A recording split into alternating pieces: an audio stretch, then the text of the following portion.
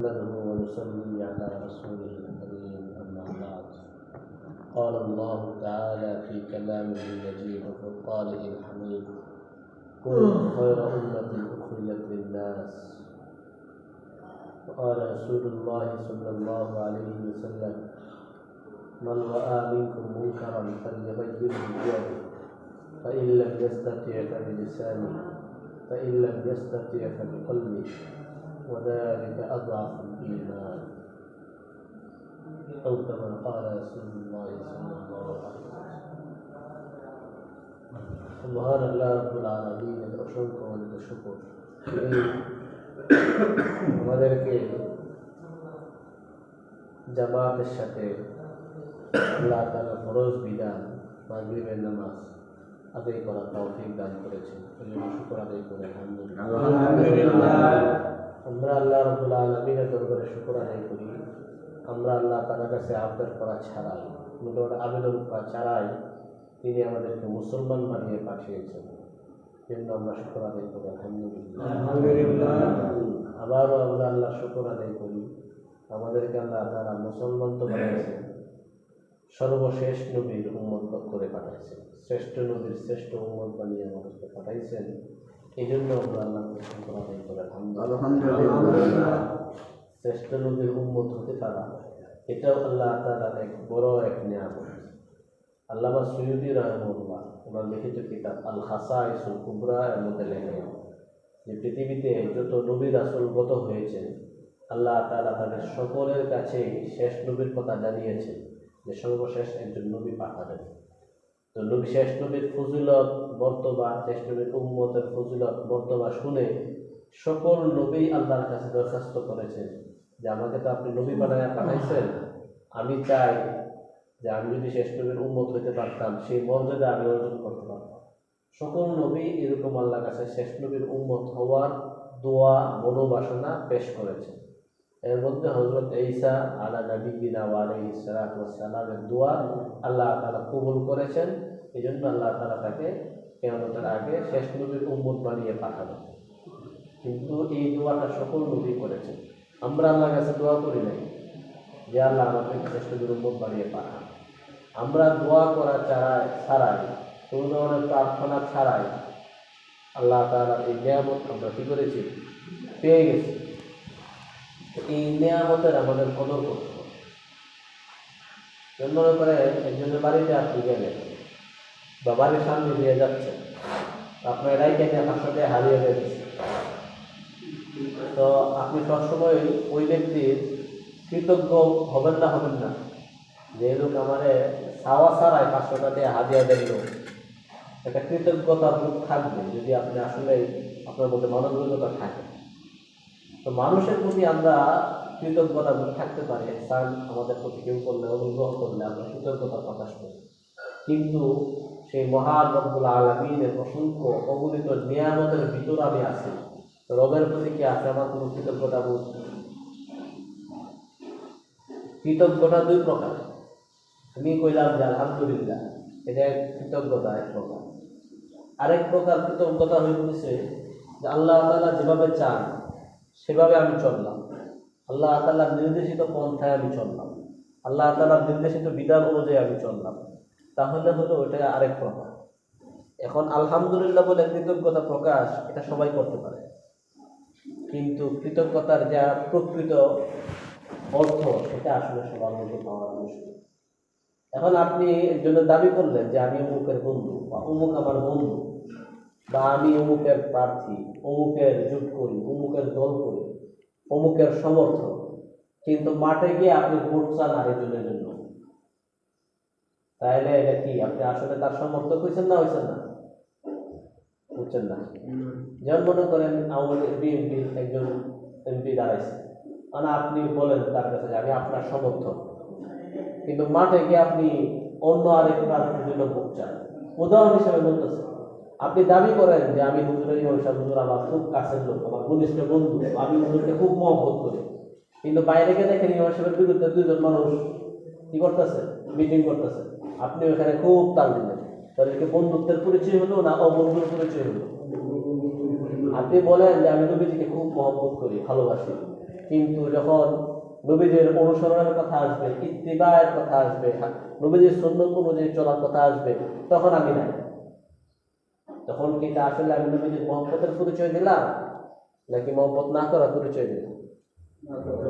আমি মুখে বলি আমি আল্লাহ তাআলার খুবই কৃতজ্ঞ বান্দা, আমি আল্লাহ তাআলার অনুগত বান্দা, আমি তাকওয়াবান মুত্তাকি হয়ে গেছি, কিন্তু আমলের ক্ষেত্রে দেখা যায় আমার মধ্যে কি নাই, আল্লাহ তাআলার বিধিনিষেধ যেগুলো আছে সেগুলো আমার মধ্যে নাই।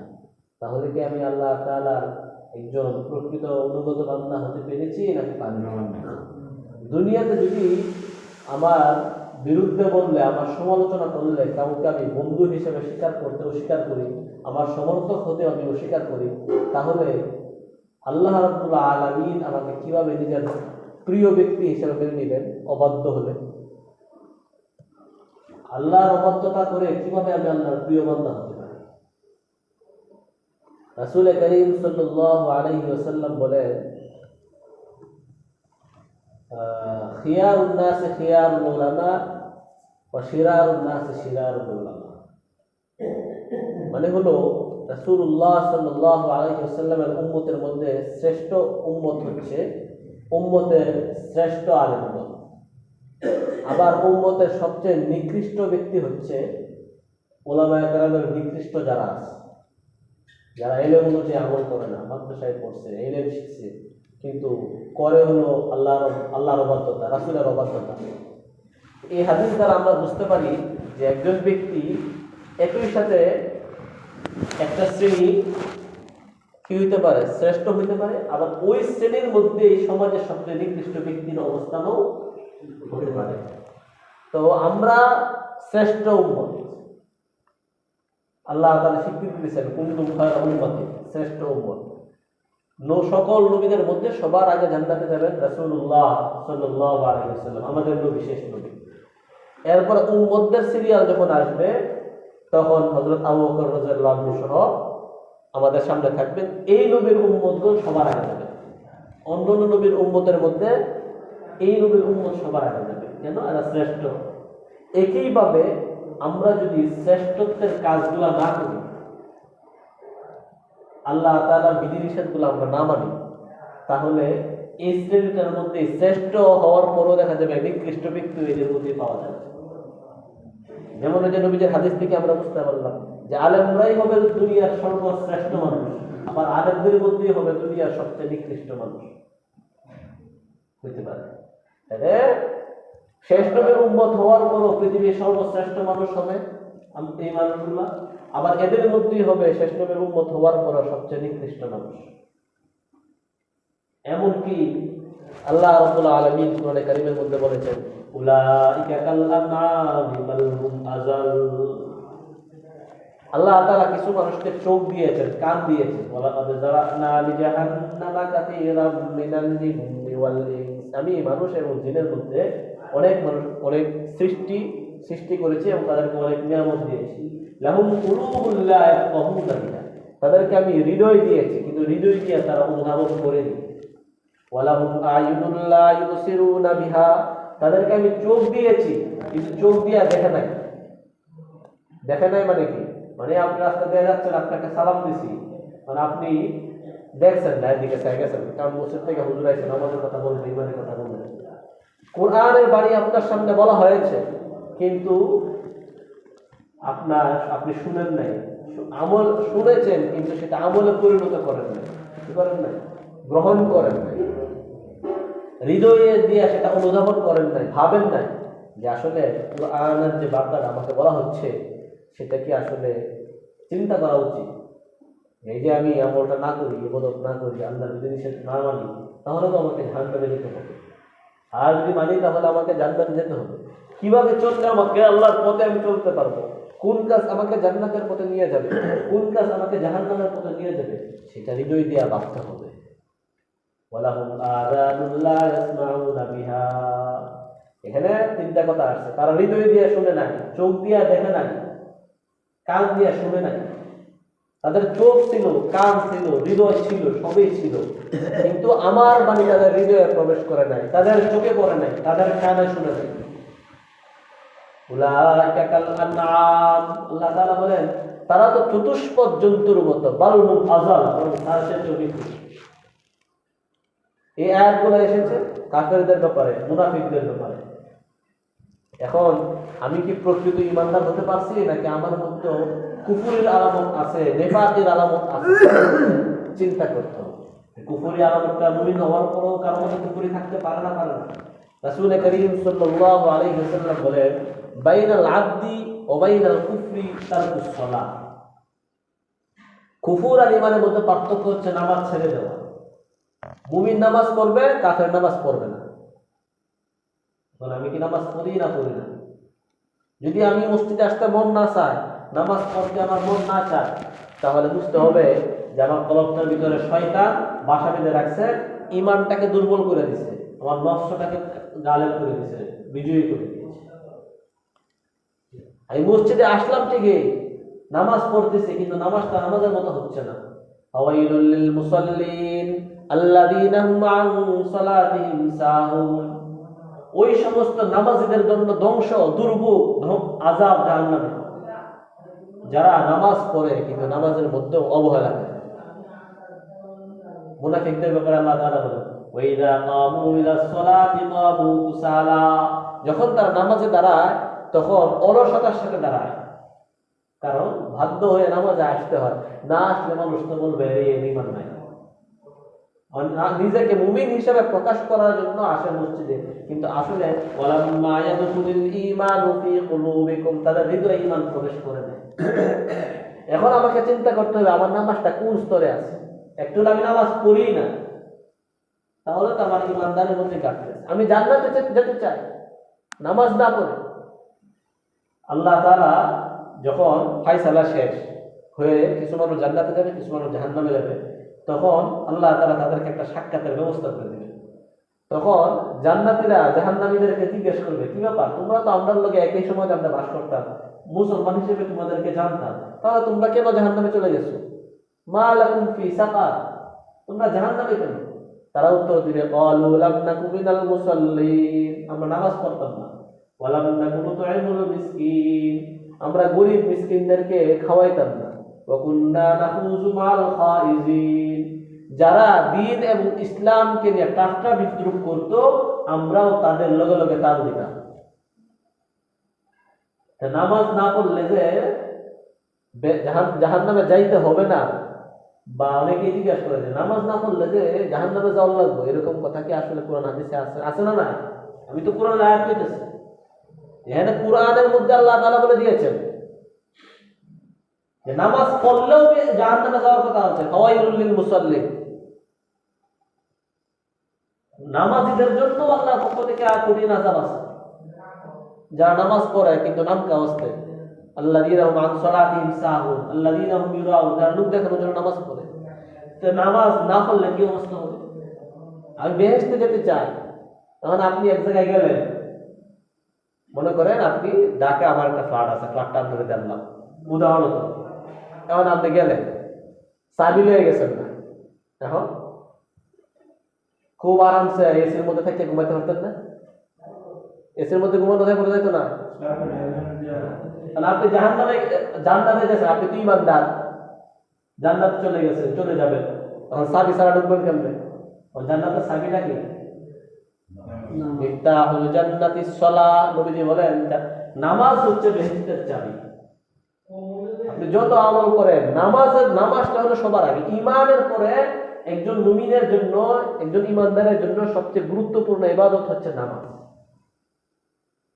কাল কিয়ামতের ময়দানে রাসূলুল্লাহ সাল্লাল্লাহু আলাইহি ওয়াসাল্লাম বলেন যে তোমাদেরকে তো দেখে আমি চিনবো, তোমাদেরকে আমি কাছে কাছে রাখবো। সাহাবায়ে কেরাম বললেন যে এখানে সকল নবীর উম্মত থাকবে, আবার আপনার উম্মতের মধ্যে যারা অবাধ্য তারাও থাকবে, তা আমাদেরকে আপনি কিভাবে চিনবেন? তখন নবীজি বললেন যে সাদা কালো ঘোড়া, অনেকগুলো ঘোড়া যদি কালো থাকে, এখানে 2-3টা সাদা থাকে, অথবা সব সাদা 2-3টা কালো বা বাদামি রঙের, তাহলে এগুলোকে দেখা চিহ্নিত হবে না? দূর থেকে দেখে এই 2টা আলাদা কালার। তো তোমরা যারা ঈমানদার থাকবা, তোমাদের ওজুর অঙ্গগুলো, সেজদার অঙ্গগুলো সেদিন উজ্জ্বল হয়ে থাকবে, ঝলমল করতে থাকবে। আমি যদি 5 ওয়াক্ত নামাজ ওযু করি, 5 ওয়াক্ত নামাজ জামাতের সাথে আদায় করি, তাহলে আমার ওযুর অঙ্গগুলো ঝলমল করতে থাকবে, তখন সেটা দেখে নবীজি চিনতে পারবেন।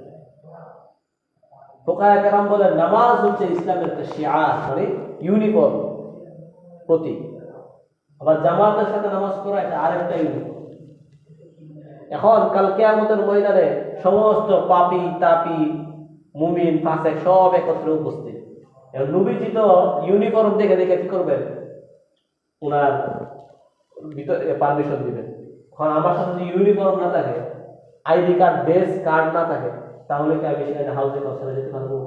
তখন তো নবীজি বলবেন সুহকান লিমান গায়্যারা বাদি, যাও দূরে সরে যাও, কারা তোমরা? আমার পরে তুমি দিনের মধ্যে পরিবর্তন করেছো, তোমার আমার কাছে কোনো স্থান নেই। মানে কেউ যদি ভুলে শুনে নবীজির কাছ পর্যন্ত পৌঁছেও যায়, তারপরে নবীজি তাকে দূরে সরে রাখে। একজন ইমানদার 5 ওয়াক্ত নামাজ পড়ে, অন্য কোনো অপরাধের কারণে শুধু যদি তাকে জাহান্নামে যেতেও হয়, তারপরও নবীজি বলেন তার ওযুর অঙ্গগুলা, সেজদার অঙ্গগুলা জাহান্নামের আগুনে পুড়বে না। যেমন আপনি 5 ওয়াক্ত নামাজে খুব ইবাদত করছেন, কিন্তু কিছু কবিরা গুনাহ হয়ে গেছে, এগুলোর কারণে তো জাহান্নামে যাওয়া যাবে। আল্লাহ অন্য ক্ষেত্রে অবাধ্যতা হয়েছে, অন্য ক্ষেত্রে অপরাধ থাকলে সেই অপরাধের শাস্তিটাও কি করতে হবে, গ্রহণ করতে হবে, যদি মাফ না হয়ে যেতে পারে। তো তার একজন ব্যক্তি যদি নামাজি হওয়ার পরও জাহান্নামে চলে যায়, নবীজি বলেন যে তার সমস্ত শরীর পুড়ে গেলেও যেই জায়গাগুলা সেজদার মধ্যে মাটিতে লাগায়, আল্লাহর কুদরতি কদমে পায়ে সেজদা করে, ওই জায়গাগুলো পুড়বে না। অন্তপক্ষে চেহারাটা অক্ষত থাকবে। হাদিসের মধ্যে আছে জাহান্নাম থেকে যারা আসবে তাদের চেহারার মধ্যে লেখা থাকবে, যারা জাহান্নাম থেকে ফিরে আসে। কারাগার থেকে আসলে মানুষ সবাই যারা কারা নির্যাতিত আছে বা কারা নির্যাতিত নেতা বলে না।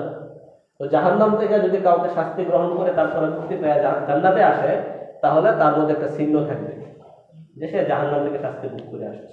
অনেকদিন থাকার পরে তারা আল্লাহর কাছে দোয়া করবে, আল্লাহ এবার তো আপনার কাছে সরাই স্মরণ করে না হতো, তখন আল্লাহ করে ঠিক আছে চিহ্নটা সরাই। তো চিহ্ন থাকবে, পুরা দাগ থাকবে, গলার মধ্যে জুমাল থাকবে, যেগুলা দিয়েছে কারাগার থেকে আসছে। কিন্তু এই যে স্পেশাল মানুষ তারা নামাজ, আপনি দুনিয়া আখিরাতে সফলতা করতে চান, নামাজ পড়ুন, নামাজের পাবন্দি করুন। ওয়ালা আফলাহাল মুমিনুন আল্লাযীনা হুম ফি সালাতিহিম খাশিউন। আল্লাহ তাআলা বলতেছেন যে ওই সমস্ত মুমিনরাই সফল কাম যারা কি করতে পেরেছে, যারা নামাজ পড়ে খাশিউন, খুশু-খুজুর সাথে, একাগ্রতার সাথে, নিষ্ঠার সাথে। আপনি দুনিয়াতে কোনো সংকটে আছেন, আল্লাহ তাআলা নবীকে বলতেছেন ওয়ালা আদ না'লামু আন্নাকা ইয়াদিকু সাদরুকা বিমা ইয়াকুলুন ফাসাব্বিহ বিহামদি রাব্বিকা ওয়া কুম মা'আস সাজিদিন।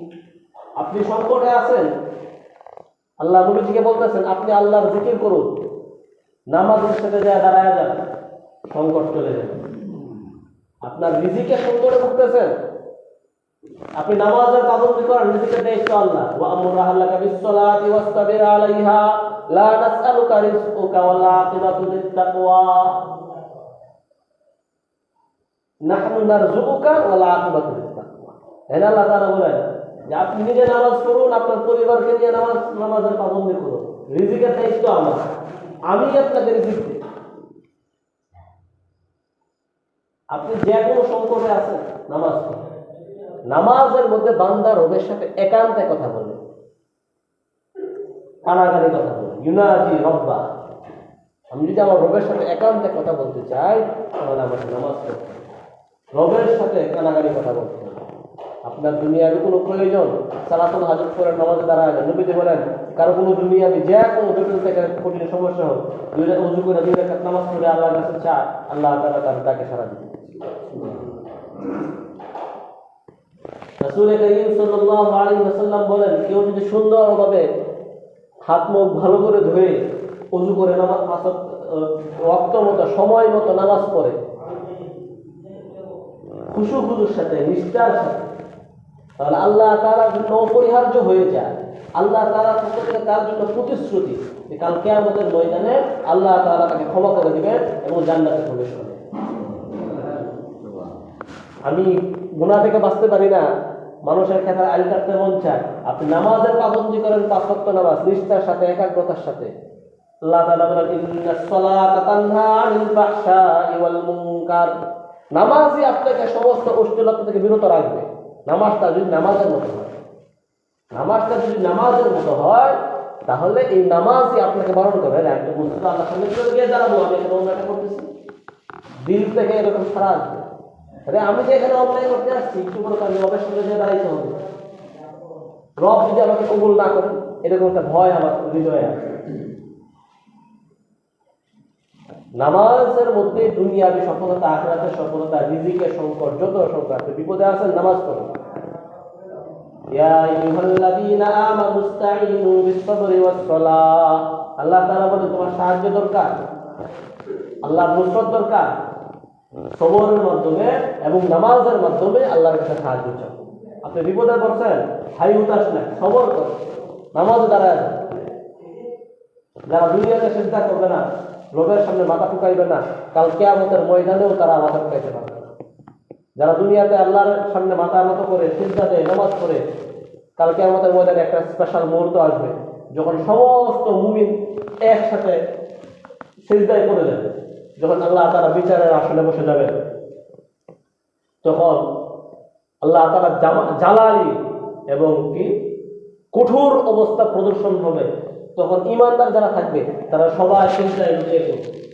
তখন কাফেররা, মুনাফিকরাও সিজদা দিতে চাইবে মাপ পাওয়ার উদ্দেশ্যে, কিন্তু তাদের মাথার সামনে দিকে আর আসবে না, তারা উল্টাপাল্টি জায়গায় আসবে না। এখন আমি কোন কাতারে থাকতে চাই? আমি যদি চাই যে আমি সুন্দর করে রবের সামনে সিজদা দিতে পারি, আমার মাথা সেদিন উল্টা দিকে না করে যাক, তাহলে আমাকে এখনই রবের সামনে মাথা নত করে অভ্যস্ত হতে হবে, রবের সামনে সিজদা করে অভ্যস্ত হতে হবে। আমি যদি চাই জান্নাতের চাবি আমি পাই, আমি যদি চাই কিয়ামতের ময়দানে নবীজির উম্মত হিসেবে, নবীজির স্পেশাল বাহিনী হিসেবে আমি একটা বিশেষ ইউনিফর্ম লাভ করি, তাহলে আমাকে নামাজের পাবন্দি করতে হবে। আমি যদি আল্লাহ তাআলার কাছে স্পেশাল মর্যাদা দিতে হতে চাই, তাহলে আমাকে কি করতে হবে? নামাজের পাবন্দি করতে হবে। আরেকটা কথা বলতে শুরু হয়ে গেছে, কালকে আমাদের ময়দানে যখন সূর্য থাকবে মাথার উপরে, মানুষ সবাই ওই ঘামের মধ্যে সাঁতার কাটতে থাকবে, তখন আল্লাহ তাআলা স্পেশাল কিছু ব্যক্তিকে আরশের ছায়ায় স্থান দিবে। যেটা আমরা জানি সবসময় শুনি, কিছু মানুষকে আল্লাহ তাআলা স্পেশাল ভাবে সূর্যের মাথার উপরে সূর্যের তাপ থেকে রক্ষা করবে। এর মধ্যে একটা শ্রেণী হচ্ছে ওয়ারাজুলুন কলবুহু মুআল্লাকুন বিল মাসাজিদ, যে ব্যক্তির হৃদয় সবসময় মসজিদে পড়ে থাকে। এগুলো হাদিসের কথা। হৃদয় মসজিদে পড়ে থাকার অর্থ কি? কখন আসবে, কখন আমাদের সময় হয়ে গেল, আমাকে মসজিদে যেতে হবে, আমাকে নামাজ পড়তে হবে, এই চিন্তা সবসময় থাকবে। কোনো সময় নামাজ তরফ করবে না। জামাত ছুটে গেল, একটা হাই উপাস করছে, ভাই হ্যাঁ আমার জামাতটা ছুটে গেল, আমি জামাতের ফুজুরটা ছুটে গেল। একা একা নামাজ পড়লে একটা সব পারে, আর জামাতের নামাজ পড়লে 25 গুণ 27 গুণ বেশি সব। এখন আপনারা আমি এক টিয়া দিলাম, আর কইলাম যে আপনি বাইরে গিয়ে দাঁড়াবেন 2 টিয়া দেন, আপনি কি করবেন?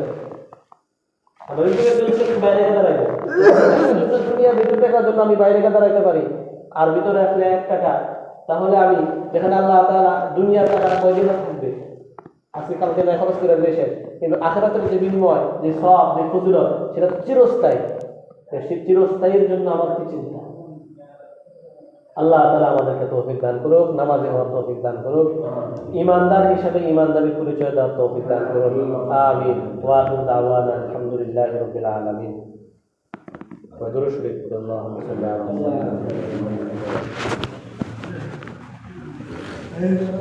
আলহামদুলিল্লাহি রাব্বিল আলামিন। وإن لم تغفر لنا وترحمنا لنكونن من الخاسرين. اللهم إنا نسألك الهدى والتقى والعفاف والغنى. اللهم آت نفوسنا تقواها وزكها أنت خير من زكاها. আল্লাহ যাই কিছু কথাবার্তা বলে এগুলো ভুল ভ্রান্তি থেকে আমাকে মাফ করে দেন। ওরা আজ যে ভালো বিষয়গুলো আছে সেগুলো আমাদেরকে আমল করার তৌফিক দান করুন। আমাদেরকে প্রত্যেককে নামাজি মুত্তাকি পরহেজগার আপনার অনুগত, আপনার হাবিবের অনুগত বান্দা হিসেবে আমাদেরকে কবুল করুন। সাল্লাল্লাহু তাআলা আলা খায়রি খালকিহি মুহাম্মাদিন ওয়া আলিহি ওয়া আসহাবিহি আজমাইন। আমিন আমিন।